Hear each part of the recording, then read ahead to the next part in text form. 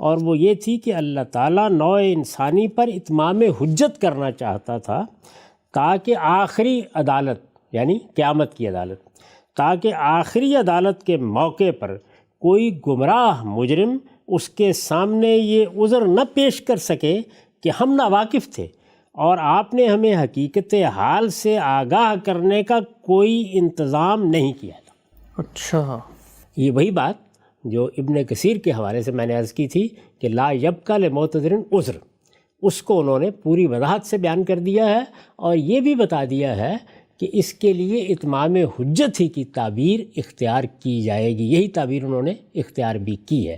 یہ تو اس اصطلاح یا اس تعبیر کا تعارف تھا جی، کہ یہ اصطلاح یا یہ تعبیر کہیں باہر سے نہیں آئی، یہ میری کوئی طبع ذات چیز نہیں ہے، یہ اصطلاح اور یہ تعبیر قرآن مجید کی سورہ نساء کی آیات 163 165 پر مبنی ہے، اور وہاں یہی حجت کا لفظ استعمال کر کے اللہ تعالیٰ نے اس مدعا کو ادا کیا ہے، اور اسی کو جب ہم عام لوگوں کو سمجھانے کے لیے بیان کرتے ہیں تو اتمام حجت کے الفاظ میں تبدیل کر دیتے ہیں۔ ٹھیک، اس کے بعد اب آگے بڑھیے۔ یہ جو قانون میں نے عرض کیا کہ اللہ تعالیٰ نے ہدایت دی، ہدایت کی ابتدا خلقت کے موقع پر ہوئی، ہدایت کو اتمام تک پیغمبروں نے پہنچا دیا، اور اتمام کا مطلب بھی میں نے واضح کر دیا تھا کہ ہدایت کے مضمرات کھول دیے، ہدایت کے اجمال کو تفصیل میں بدل دیا، ہدایت کو شریعت کی صورت میں متعین اور محدد کر دیا۔ یہ اتمام ہدایت ہے۔ اسی طرح حجت کی ابتدا بھی میری خلقت کے موقع پر ہو گئی۔ یہ وہ حجت کا بیان ہے جب اللہ تعالیٰ کہہ رہے ہیں اور عہد الست کے موقع پر کہہ رہے ہیں کہ الست بربکم، اور لوگ اقرار کرتے ہیں اس بات کا کہ یقیناً آپ ہی ہمارے رب ہیں، تو گویا حجت قائم ہو گئی۔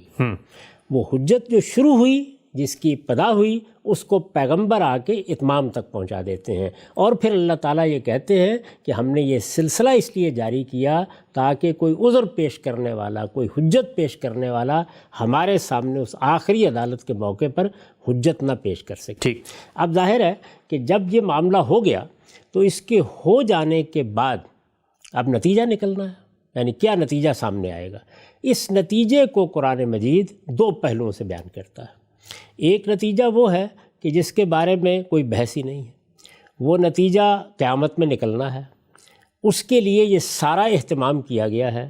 میں اس سے پہلے یہ بات بھی عرض کر چکا ہوں کہ چونکہ نبیوں کا، رسولوں کا سلسلہ ہی اس مقصد کے لیے شروع کیا گیا تھا، تو جب عالمی سطح پر، اب پھر یہ الفاظ بہت اچھی طرح سن لیجئے، جب عالمی سطح پر اتمام ہدایت اور اتمام حجت دونوں کا معاملہ ہو گیا، یعنی دونوں کے لیے اہتمام کر دیا گیا، ہدایت بھی اتمام تک پہنچ گئی اور قرآن مجید کی صورت میں محفوظ ہو کر آگے منتقل ہونے کے اسباب پیدا ہو گئے، ٹھیک، اور حجت بھی آخری درجے میں پہنچ گئی، اس کا اہتمام ہو گیا۔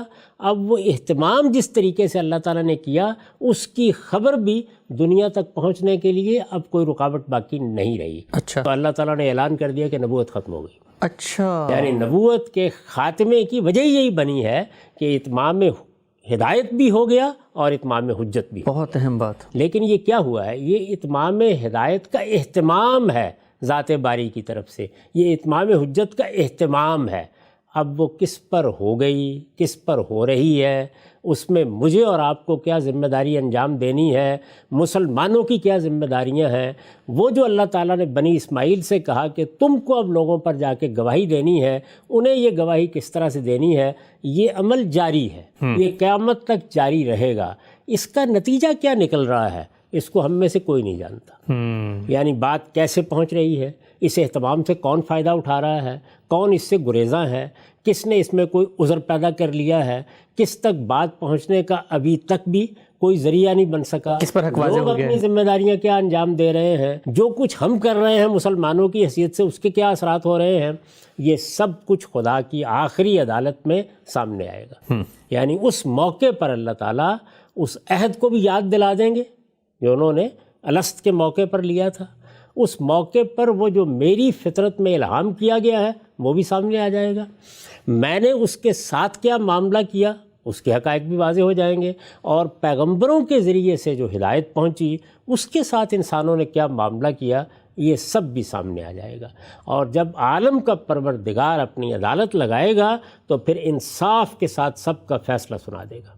یہ فیصلہ کہاں ہونا ہے؟ یہ محشر میں ہونا ہے، جہاں ہم میں سے ہر شخص کو اٹھنا ہے اور جواب دہ ہونا ہے۔ تو جب یہ کہا جاتا ہے کہ پیغمبر اتمام حجت کے لیے آئے تو اس کا مطلب یہ ہے کہ ان کے ذریعے سے اللہ تعالیٰ نے اہتمام کر دیا، سب کچھ میسر کر دیا، ہر چیز اپنی جگہ پر آ گئی۔ اب کسی کے لیے یہ عذر باقی نہیں رہا کہ میں اگر تلاش کرنا چاہوں اور میں خدا کی حجت کو پانا چاہوں اور میں اس کی ہدایت کو اس کے تمام و کمال صورت میں سیکھنا چاہوں تو کہاں جاؤں؟ یہ اہتمام کر دیا گیا۔ لیکن میں نے عرض کیا ہے کہ ہم میں سے کوئی اس پوزیشن میں نہیں ہے کہ یہ بتا سکے کہ وہ اتمام حجت کا اہتمام نتیجہ خیز ہو گیا۔ یہ نتیجہ خیز ہو گیا یا نہیں، یہ قیامت میں معلوم ہوگا، اور وہ پروردگار بتائے گا جو دلوں میں اٹھنے والے وسوسوں سے بھی واقف۔ یہ اس کی پہلی جہت ہے۔ اس کی دوسری جہت قرآن مجید نے یہ بیان کی ہے کہ پیغمبروں کو آپ دیکھتے ہیں کہ ایسا تو نہیں ہے کہ وہ ہر وقت موجود ہے، ایسا نہیں ہے، وہ قوموں کا انتخاب کر کے ان کی طرف بھیجے گئے ہیں۔ اور اس کی تاریخ بھی میں کئی بار بتا چکا ہوں کہ پہلے مرحلے میں ہر قوم کی طرف اللہ کے رسول آئے، اس کے بعد سیدنا ابراہیم علیہ السلام کی بعثت ہوئی، سیدنا ابراہیم کے بعد اس پوری کی پوری نسل کو، جس کو ہم ذریت ابراہیم کہتے ہیں، ابراہیم علیہ السلام کی اولاد بنی اسماعیل بھی اور بنی اسرائیل بھی اس منصب پر فائز کر دیے گئے۔ اس کو بھی قرآن مجید میں لفظوں میں بیان کر دیا ہے کہ ان اللہ اصطفیٰ آدم و نوح و آل ابراہیم و آل عمران علی العالمین، یعنی ہم نے پہلے مرحلے میں آدم اور نوح کی طرح فرد فرد کو پیغمبر بنا کے بھیجا، اور اس کے بعد ہم نے پوری ذریت ابراہیم کو یہ منصب دیا، اور پھر نبوت و رسالت کو بھی انہی دو کے ساتھ خاص کر دیا، یعنی بنی اسرائیل اور بنی اسماعیل کے ساتھ۔ اب ظاہر ہے کہ وہ دوسری جہت کیسے وجود میں آئے گی؟ یعنی ایک یہ ہے کہ پیغمبر کی طرف سے جو حجت پوری ہوئی اور جو ہدایت کا اہتمام ہوا وہ دنیا تک کیسے پہنچ رہی ہے۔ مثلا سیدنا مسیح علیہ السلام کی بعثت ہوئی بنی اسرائیل میں، وہ ناصرہ میں پیدا ہوئے، وہ یروشلم میں آئے، انہوں نے براہ راست اس قوم کو خطاب فرمایا، وہ ان کے اندر کافی عرصہ تک رہے، وہ پھر دنیا سے رخصت ہو گئے۔ اب ان کی دعوت اور ان کا پیغام یہ پہنچ رہا ہے۔ کس صورت میں پہنچ رہا ہے؟ اس میں کوئی تحریف تو نہیں ہو گئی، وہ صحیح طرح سے بیان کیا جا رہا ہے، لوگوں کی اس تک رسائی ہو گئی ہے۔ جو لوگ ان کی دعوت لے کے نکلے ہیں، جیسے بنی اسماعیل سے یہ کہا گیا کہ لِتَكُونُوا شُهَدَاءَ عَلَى النَّاسِ، تم اب لوگوں پر اس کی گواہی دینے کے لیے نکلو۔ وہ گواہی کس صورت میں دی جا رہی ہے؟ اس میں علم کی کتنی صحت ہے، اس میں عمل کی کتنی صحت ہے، اس سب کچھ کو ہم تاریخ کے اوراق میں دیکھ رہے ہیں۔ میں نے عرض کیا کہ اس کا نتیجہ تو قیامت میں نکلے گا، لیکن وہ لوگ کہ جن کے اندر پیغمبر پیدا ہو گیا، جن کے سامنے آ کے اس نے کھڑے ہو کر دعوت دے دی، جن کو اس نے براہ راست مخاطب کر لیا اور ان کو یہ کہا کہ میں موجود ہوں اور میں انی علی بینۃ من ربی، اپنے رب کی طرف سے ایک واضح نشانی لے کر آ گیا ہوں، خدا کی مائیت کا میرے ساتھ ظہور دیکھ سکتے ہو، میں تمہارے ساتھ تمہاری زبان میں بات کر رہا ہوں، جو کچھ پوچھنا ہے پوچھ لو، جو کچھ کہنا ہے کہہ لو۔ اب ظاہر ہے کہ یہ نوعیت بالکل مختلف ہو۔ دوسری جہت یعنی وہ ہدایت لے کر آئے، وہ تو پہنچ رہی ہے، وہ پہنچتی رہتی ہے، اور اس کے لحاظ سے لوگ مسئول ہوتے چلے جاتے ہیں۔ وہ جس حد تک لوگ قبول کرتے ہیں، جس حد تک اس سے متعلق رویے اختیار کرتے ہیں، وہ سب قیامت پہ کھل کر سامنے آ جائیں گے۔ ان کو جاننے کا ہمارے پاس کوئی ذریعہ نہیں ہے۔ لیکن اس دوسری جہت کا معاملہ یہ ہے کہ اس میں اللہ تعالیٰ یہ بیان کرتے ہیں کہ ایک قیامت تو وہ برپا ہوگی جس میں انصاف کے ساتھ فیصلے سناؤں گا فرد فرد کے، ایک دوسری قیامت میں ان رسولوں کی قوموں کے لیے اسی دنیا میں برپا کر دیتا ہوں۔ اچھا، یعنی جب کسی قوم کی طرف اس کا رسول آ جاتا ہے تو وہ آ کے اس تک میری ہدایت پہنچا دیتا ہے، پھر اس قوم کا معاملہ عدالت پہ پیش ہو جاتا ہے، وہ عدالت زمین پر لگ جاتی ہے۔ وہی عدالت جو قیامت میں فرد فرد کے لیے لگنی ہے، وہ اس قوم کے لیے اسی زمین پر لگ جاتی ہے، اور پھر اس میں وہ پروردگار فیصلہ سناتا ہے۔ میں نہیں، آپ نہیں، کوئی عالم نہیں، کوئی محقق نہیں، کوئی مسلمانوں کی ریاست نہیں، بلکہ عالم کا پروردگار فیصلہ سناتا ہے۔ یعنی اسی طرح جیسے وہ قیامت میں میرا اور آپ کا فیصلہ سنائے گا، اس دنیا کے ہر فرد کا فیصلہ سنائے گا، ان قوموں کا فیصلہ وہ اسی دنیا میں سناتا ہے۔ اب یہ بات جو میں عرض کر رہا ہوں اور بارہا بیان کر چکا ہوں، اور اسی کے بارے میں لوگ اعتراضات کرتے ہیں، اب ذرا سنیے کہ قرآن مجید اس کو کیسے بیان کرتا ہے۔ ٹھیک، یعنی قرآن مجید نے خود کتنی وضاحت کے ساتھ اور کس طرح ایک ایک چیز کو واضح کر کے اس کو بیان کیا ہے۔ یہ میں سورہ یونس ہے جس سے اس کو پڑھ رہا ہوں۔ میں پھر عرض کر دوں کہ جس طرح قرآن مجید نے لفظوں میں یہ بیان کیا ہے کہ چور کی سزا یہ ہے، بدکاری کرنے والے کی سزا یہ ہے، اس قانون کو بھی اسی طرح لفظوں میں بیان کیا ہے۔ اچھا، کسی استنباط کی کوئی ضرورت نہیں ہے، باللفظ بیان کیا ہے، اور میں وہ آیات آپ کے سامنے پڑھ رہا ہوں، اس کا پورا سیاق واضح ہو جائے، ذرا اس کو سن لیجئے۔ ارشاد فرمایا ہے وَيَوْمَ يَحْشُرُهُمْ كَأَن لَّمْ يَلْبَثُوا إِلَّا سَاعَةً مِّنَ النَّهَارِ يَتَعَارَفُونَ بَيْنَهُمْ قَدْ خَسِرَ الَّذِينَ كَذَّبُوا بِلِقَاءِ اللَّهِ وَمَا كَانُوا مُهْتَدِينَ وَإِمَّا نُرِيَنَّكَ بَعْضَ الَّذِي نَعِدُهُمْ أَوْ نَتَوَفَّيَنَّكَ فَإِلَيْنَا مَرْجِعُهُمْ ثُمَّ اللَّهُ شَهِيدٌ عَلَىٰ مَا يَفْعَلُونَ وَلِكُلِّ أُمَّةٍ رَّسُولٌ فَإِذَا جَاءَ رَسُولُهُمْ قُضِيَ بَيْنَهُم بِالْقِسْطِ وَهُمْ لَا يُظْلَمُونَ وَيَقُولُونَ مَتَىٰ هَٰذَا الْوَعْدُ إِن كُنتُمْ صَادِقِينَ قُل لَّا أَمْلِكُ لِنَفْسِي ضَرًّا وَلَا نَفْعًا إِلَّا مَا شَاءَ اللَّهُ لِكُلِّ أُمَّةٍ أَجَلٌ فَإِذَا جَاءَ أَجَلُهُمْ فَلَا يَسْتَأْخِرُونَ سَاعَةً وَلَا يَسْتَقْدِمُونَ قُلْ أَرَأَيْتُمْ إِنْ أَتَاكُمْ عَذَابُهُ بَيَاتًا وَنَهَارًا مَاذَا يَسْتَعْجِلُ مِنْهُ الْمُجْرِمُونَ ثُمَّ إِذَا مَا وَقَعَ آمَنْتُمْ بِهِ الْآنَ وَقَدْ كُنْتُمْ بِهِ تَسْتَعْجِلُونَ ثُمَّ قِيلَ لِلَّذِينَ ظَلَمُوا ذُوقُوا عَذَابَ الْخُلْدِ هَلْ تُجْزَوْنَ إِلَّا بِمَا كُنْتُمْ تَكْسِبُونَ وَيَسْتَنبِئُونَكَ حَقٌّ هُوَ قُلْ إِي وَرَبِّي إِنَّهُ لَحَقٌّ وَمَا أَنْتُمْ بِمُعْجِزِينَ وَلَوْ أَنَّ لِكُلِّ نَفْسٍ ظَلَمَتْ مَا فِي الْأَرْضِ لَافْتَدَتْ بِهِ وَأَسَرُّوا النَّدَامَةَ لَمَّا رَأَوُا الْعَذَابَ وَقُضِيَ بَيْنَهُم بِالْقِسْطِ وَهُمْ لَا يُظْلَمُونَ۔ اب ذرا ترجمہ سنیے اس کا۔ اس وقت یہ مست ہیں، لیکن جس دن اللہ انہیں اکٹھا کرے گا، اب یہ قیامت سے بات شروع ہو رہی ہے، وہی جو پہلی جہت ہے۔ اس وقت یہ مست ہیں، لیکن جس دن اللہ انہیں اکٹھا کرے گا اس دن محسوس کریں گے کہ گویا دن کی ایک گھڑی کے لیے دنیا میں تھے، یہ ایک دوسرے کو پہچان رہے ہوں گے، گویا ابھی مل کر آئے ہیں۔ اس دن واضح ہو جائے گا، فی الواقع سخت گھاٹے میں رہے وہ لوگ جنہوں نے اللہ کی ملاقات کو جھٹلا دیا اور راہ راست پر نہیں آئے۔ یعنی یہ قیامت کی تصویر سامنے رکھ دی۔ اب ذرا دیکھیے، ہم جس چیز کا وعدہ ان سے کر رہے ہیں اس کا کوئی حصہ ہم تمہیں دکھائیں یا پیغمبر، یا تم کو وفات دیں اور اس کے بعد ان سے نمٹیں، بہر کیف ان کو لوٹنا ہماری طرف ہے۔ یعنی اب گویا اللہ تعالیٰ جو پیغمبر آ گئے ہیں، ایک تو یہ ہے کہ ان کی دعوت کے نتیجے میں قیامت میں کیا معاملہ ہونے، پہلی جہت۔ اس کے بعد یہ بیان کیا ہے کہ ہم یہ بھی تو ساتھ کہہ رہے ہیں کہ ان کے ساتھ اسی دنیا میں ایک عدالت لگنے والی، یا تمہارے سامنے یا تمہیں رخصت، یا تمہارے سامنے یا تمہیں رخصت کر دینے کے بعد دوسری جہت، اس کا کوئی حصہ ہم تمہیں دکھائیں۔ ظاہر ہے کہ یہ تو اب قیامت کا ذکر نہیں ہوگا۔ اے پیغمبر، یا تم کو وفات دیں اور اس کے بعد ان سے نمٹیں، بہر کیف ان کو لوٹنا ہماری طرف ہے، یعنی بالآخر ہمارے سامنے ہی آنا ہے، پھر اللہ اس پر گواہ ہے جو کچھ یہ کر رہے ہیں۔ یہ بیان کیا، یہ بیان کرنے کے بعد اب قانون بیان کیا، اور اسی طرح بیان کیا ہے جس طرح کہ میں نے عرض کیا کہ چوری کی سزا بیان کی، جس طرح سے دوسرے قوانین بیان کیے ہیں، جس طرح میراث کے احکام بیان کیے ہیں۔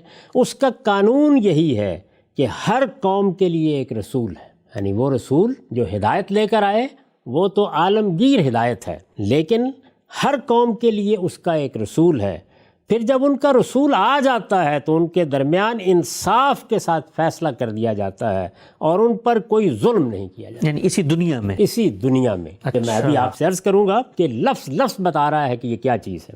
اس کا قانون یہی ہے کہ ہر قوم کے لیے ایک رسول ہے، پھر جب ان کا رسول آ جاتا ہے تو ان کے درمیان انصاف کے ساتھ فیصلہ کر دیا جاتا ہے اور ان پر کوئی ظلم نہیں کیا جاتا۔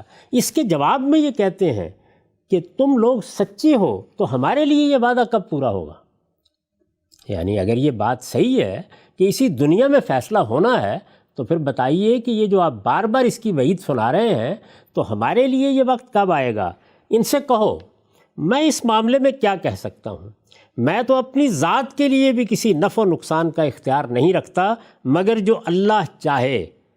اس کے ہاں ہر قوم کے لیے ایک وقت مقرر ہے، یعنی ایک وہ وقت ہے جو میرے اور آپ کے لیے قیامت میں مقرر ہے، اور ایک ہر قوم کے لیے وقت مقرر ہے جو اسی دنیا میں۔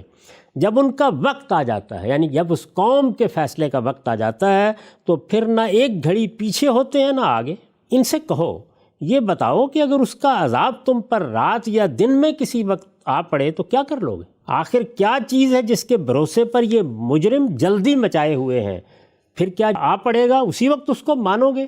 اب مانے ہو، تم اسی کے لیے جلدی مچائے ہوئے تھے۔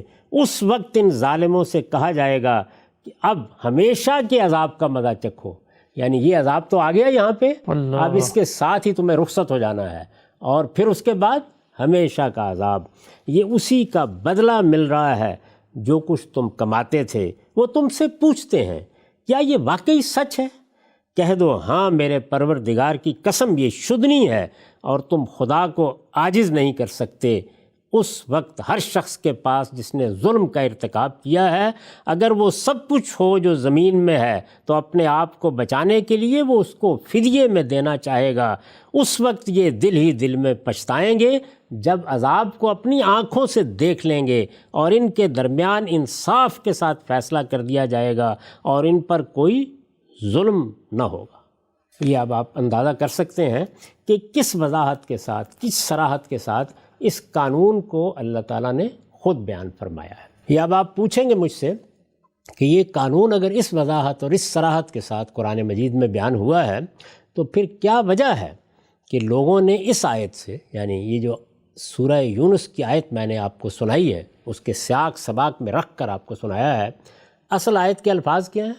وَلِكُلِّ أُمَّةٍ الرَّسُولُ، ہر قوم کے لیے ایک رسول رہا ہے، اور پھر فَإِذَا جَاءَ رَسُولُهُمْ قُضِيَ بَيْنَهُمْ بِالْقِسْطِ وَهُمْ لَا يُظْلَمُونَ، پھر جب ان کا رسول آ جاتا ہے تو ان کے درمیان انصاف کے ساتھ فیصلہ کیا جاتا ہے، ان کے ساتھ کوئی ظلم نہیں ہوتا۔ یہ جو قانون ہے، قانون کے اسلوب میں بیان ہوا ہے، پوری بات بیان ہوئی ہے، تو آخر لوگوں نے اس کو اس معنی میں کیوں نہیں لیا؟ عام طور پر لوگوں کی توجہ کیوں نہیں ہوئی؟ یہ کیا سبب ہے کہ سورہ یونس کی اس آیت میں یہ قانون اس صراحت کے ساتھ بیان ہوا ہے، لیکن اس کے باوجود بہت سے لوگ ہیں کہ جنہوں نے دوسری رائے اختیار کر لی؟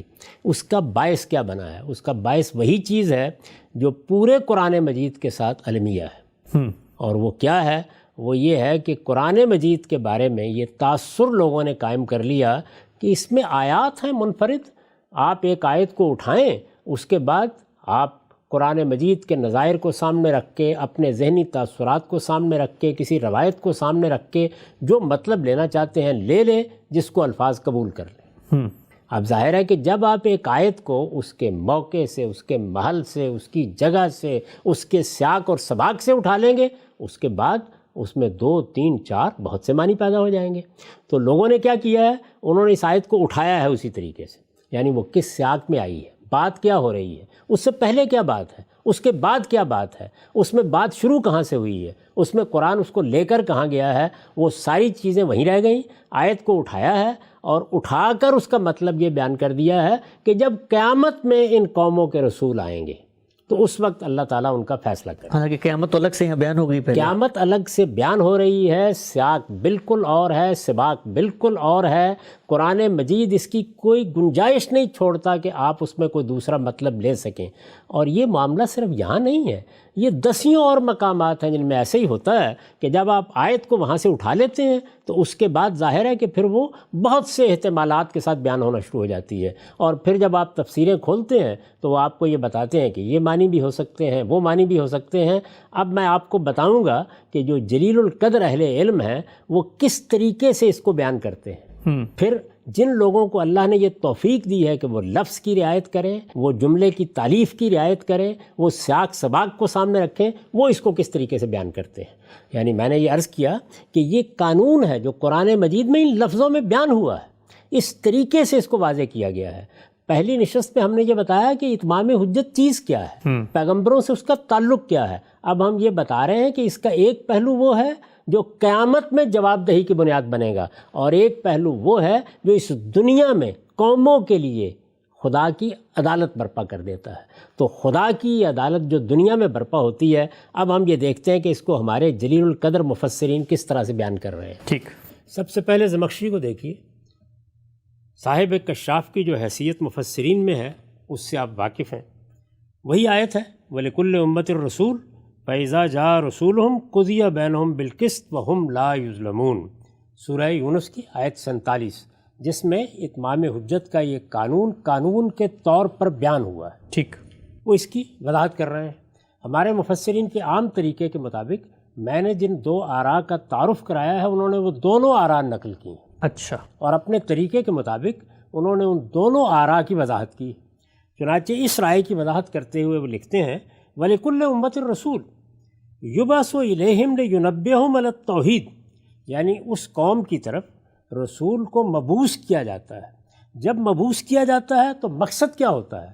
مقصد یہ ہوتا ہے کہ وہ توحید کے بارے میں انہیں متنبع کرے، وَيَدْعُوهُمْ إِلَى دِينِ الْحَقِّ، اور ان کو دین حق کی طرف بلائے، یعنی دین حق کی دعوت دے۔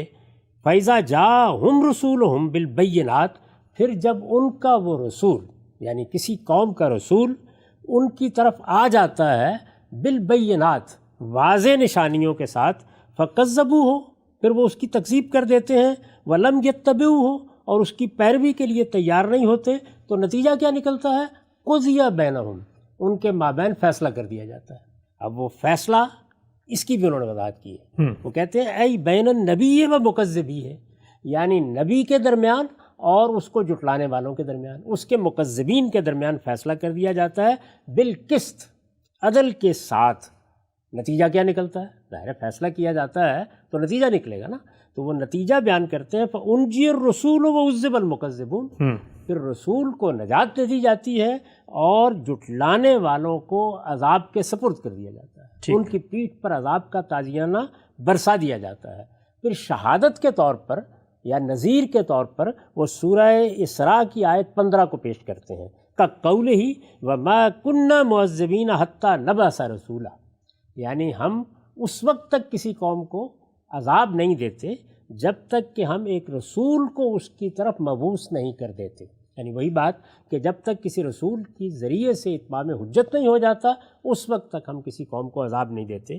اس کے بعد انہوں نے وہ دوسری رائے بیان کی ہے، اور دوسری رائے کیا ہے؟ او لکل امت من الامم یوم القیامت رسول، یعنی ہر امت کی طرف قیامت میں ایک رسول آئے گا، ہر امت کے لیے اٹھایا جائے گا، اور اس میں شہادت کے طور پر وہ آیت پیش کرتے ہیں وجیء بالنبیین والشہداء وقضی بینہم بالحق، یعنی وہ جس میں یہ بیان کیا گیا ہے سورہ زمر میں کہ پھر نبیوں کو بلایا جائے گا اور گواہی دینے والوں کو بلایا جائے گا اور انصاف کے ساتھ لوگوں کا فیصلہ ہوگا قیامت میں، یعنی ایک قیامت کا فیصلہ، ایک اس دنیا کا فیصلہ، دونوں آراء کو بیان کر دیتے ہیں۔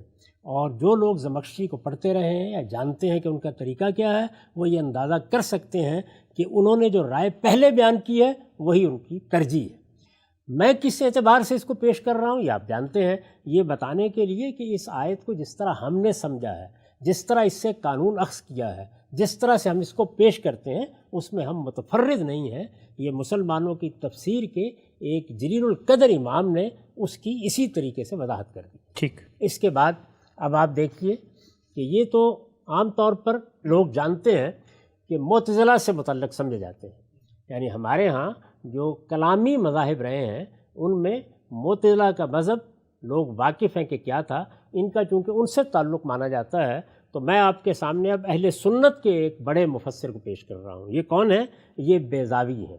بیضاوی کے بارے میں بھی آپ کو یہ معلوم ہے کہ یہ جب تفسیر کرتے ہیں تو ان کا اسلوب عام طور پر وہی ہے جو زمخشری کا ہے، بلکہ انہی کی عبارتیں نقل کر دیتے ہیں اور پھر جن چیزوں کو یہ اپنی دانست میں درست نہیں سمجھتے ان کی تصحیح فرماتے چلے جاتے ہیں۔ عام طریقہ ان کا یہ ہے۔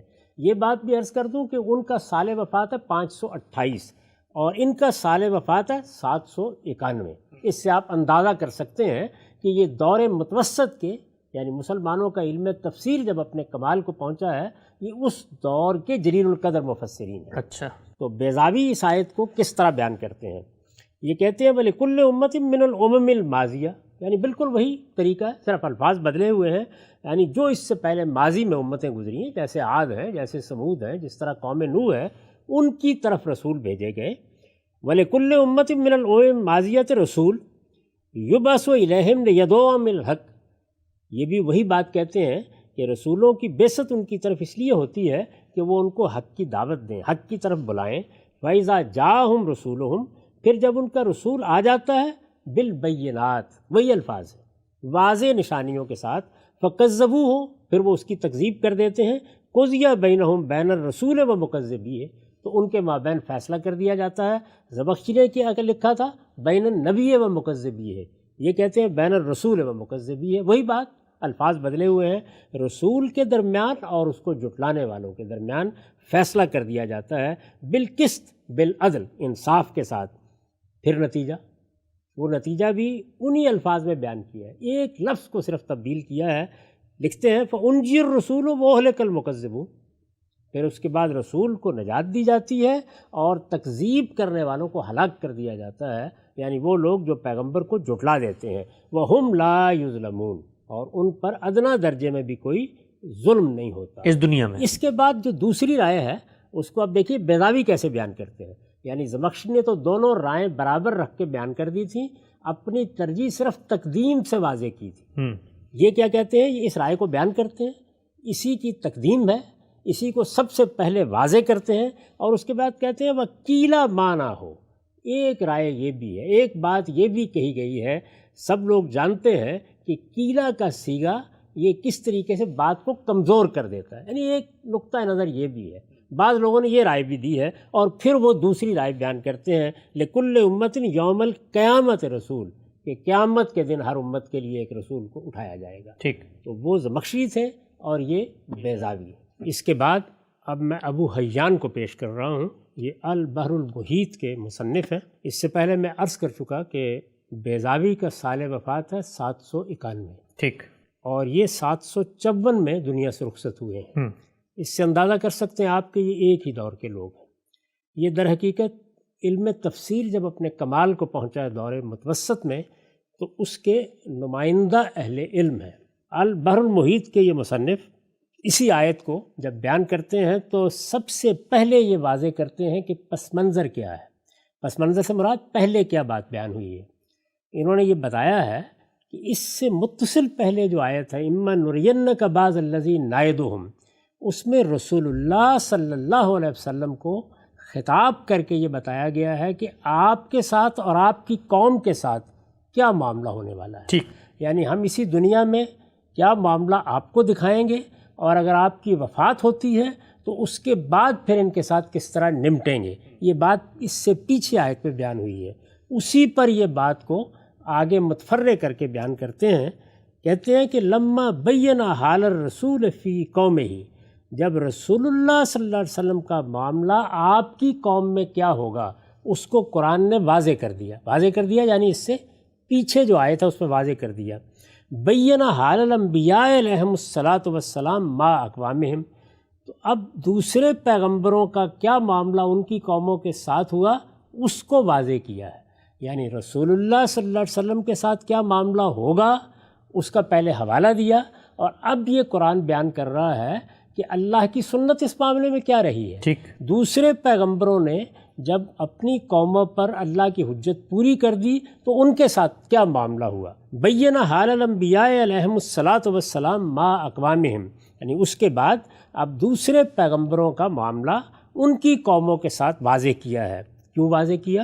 تسلیۃ لہو و تطمینا لقلبہ، تاکہ رسول اللہ صلی اللہ علیہ وسلم کو تسلی دی جائے اور یہ چیز آپ کے لیے اطمینان قلب کا ذریعہ ہو۔ اطمینان قلب کا ذریعہ ہو اس لیے کہ اس سے پتہ چلے گا کہ ایک ہی سنت ہے جو روبہ عمل ہے۔ وَدَلَّتِ الْآيَةُ عَلَىٰ أَنَّهُ تَعَالَىٰ مَا حَمَلَ أُمَّةً، اور آیت اس بات پر دلالت کر رہی ہے کہ اللہ نے کسی امت کو چھوڑا نہیں، کسی قوم کو چھوڑا نہیں، بل بَعَثَ إِلَيْهَا رَسُولًا كَمَا قَالَ تَعَالَىٰ وَإِن مِّنْ أُمَّةٍ إِلَّا خَلَا فِيهَا نَذِيرٌ، بلکہ اللہ تعالیٰ نے ہر امت کی طرف ایک رسول بھیجا، جیسے کہ دوسری جگہ فرمایا ہے۔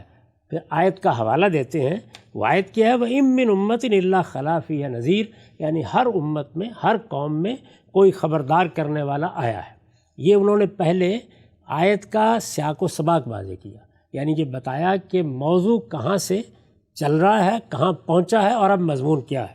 کہتے ہیں وہ قولہ فَإِذَا جَاءَ رَسُولُهُمْ، اب اس کے بعد یہ جو فرمایا کہ پھر جب ان کا رسول آ جاتا ہے تو اما یکون اخباراً عن حالت ماضیہ، اس میں پھر دو صورتیں ہو سکتی ہیں.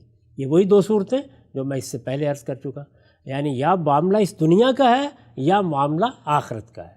تو کہتے ہیں کہ اما یکون اخباراً عن حالت ماضیہ، یا یہ یہاں جو ماضی گزر چکا ہے، یہاں جو اقوام آ چکی ہیں ان کے بارے میں اطلاع دی جا رہی ہے. اس صورت میں کہتے ہیں فَيَكُونُ ذَلِكَ فِي الدُّنْيَا، پھر یہ جو کچھ ہے اسی دنیا میں ہے، اسی میں ہوگا. وَيَكُونُ الْمَعْنَى، اور آیت کا مطلب کیا ہوگا؟ آیت کا مطلب یہ ہوگا کہ اَنَّهُ بَعَثَ إِلَىٰ كُلِّ أُمَّةٍ رَسُولًا، کہ اللہ تعالیٰ نے ہر امت کی طرف ایک رسول بھیجا. يَدْعُوهُمْ إِلَىٰ دِينِ اللَّهِ، وہ رسول کیا کرتا تھا؟ وہ ان کو اللہ کے دین کی طرف بلاتا تھا. وَيُنَبِّهُمْ عَلَىٰ تَوْحِيدِهِ، ٹھیک، اور اللہ کی توحید پر متنبہ کرتا تھا. فَلَمَّا جَاءَهُمْ بِالْبَيِّنَاتِ كَذَّبُوهُ، پھر جب وہ رسول بینات کے ساتھ آ گیا، یعنی جس وقت اللہ نے رسول بھیجا اور وہ بینات واضح نشانیاں لے کر آ گیا، کذبوہ، تو انہوں نے اس کا انکار کر دیا. فقضا بینہم، پھر اللہ نے ان کے درمیان فیصلہ کیا. یعنی بات یہاں سے چلی تھی نا کہ اللہ نے ہر امت کی طرف ایک رسول بھیجا، اس لیے بھیجا. پھر جب وہ رسول بینات کے ساتھ آیا، انہوں نے اس کی تکذیب کی، اس کو جھٹلا دیا. اللہ نے فیصلہ کیا. پھر اس فیصلے کی وضاحت کرتے ای بین الرسول و امتہ، یعنی رسول اور اس کی امت کے درمیان فیصلہ کیا. فانجی الرسول و عذب المکذب، وہ اس دنیا میں ہوا، وہ اس دنیا میں، یعنی اس دنیا میں پھر نتیجہ کیا نکلا؟ رسول کو نجات دی گئی اور جھٹلانے والوں پر عذاب کا تازیانہ برسا دیا گیا. ٹھیک، یہ انہوں نے ایک بات بیان کی. اس کے بعد پھر یہ بتایا کہ دوسری صورت کیا ہو سکتی ہے. وَإِمَّا يَكُونَ عَلَىٰ حَالَةٍ مُسْتَقْبِلَةٍ، وہ ماضی کی سرگزشت ہوگی، یعنی اللہ کا طریقہ کیا رہا ہے، اللہ کی سنت کیا رہی ہے، اس سے پہلے جو قومیں گزری ہیں جن کی طرف رسول آئے ان کے ساتھ کیا معاملہ ہوا ہے. اور اگر دوسری رائے قبول کی جائے گی تو پھر یہ مستقبل کی داستان ہوگی، قیامت میں اس کی سرگزشت ہوگی. اس میں پھر کہتے ہیں کہ فَإِذَا جَاءَ رَسُولُهُمْ، یعنی فَإِذَا جَاءَ رَسُولُهُمْ يَوْمَ الْقِيَامَةِ لِلشَّهَادَةِ عَلَيْهِمْ، یعنی پھر مطلب یہ ہوگا کہ جب ان کا رسول قیامت کے دن ان پر گواہی دینے کے لیے آئے گا تو قضی بینہم، ان کے درمیان فیصلہ کر دیا جائے گا. یعنی یہ دوسری رائے کو انہوں نے بیان کیا. دونوں آراء کو بیان کر دیتے ہیں برابر کی سطح پہ رکھ کے. تقدیم البتہ اسی رائے کی ہے جو اس سے پہلے میں واضح کر چکا کہ ہمارا نقطہ نظر ہے. اس کے بعد اس کا محاکمہ کرتے ہیں، یعنی یہ بتاتے ہیں کہ ترجیح کس کی ہوگی. محاکمے کا کیا مطلب؟ یعنی دونوں آراء کو سامنے رکھ کے اب آپ یہ بتائیں گے کہ ترجیح کس چیز کی ہوگی، کون سی رائے زیادہ صحیح ہے، سیاق و سباق کس کو قبول کرتا ہے. میں اس سے پہلے واضح کر چکا ہوں کہ فیصلہ کن چیز کیا ہوتی ہے. یعنی ہمارے ہاں دو آراء ہو کیوں گئی؟ اس لیے کہ آیت کو سیاق و سباق سے آپ اٹھا لیں تو پھر دو رائے بھی ہو سکتی ہیں، تین بھی ہو سکتی ہیں، چار بھی ہو سکتی ہیں. اس کو جب اس کے سیاق میں رکھ دیتے ہیں تو پھر قرآن مجید آپ کو پابند کر دیتا ہے، آپ اس سے باہر نہیں جا سکتے.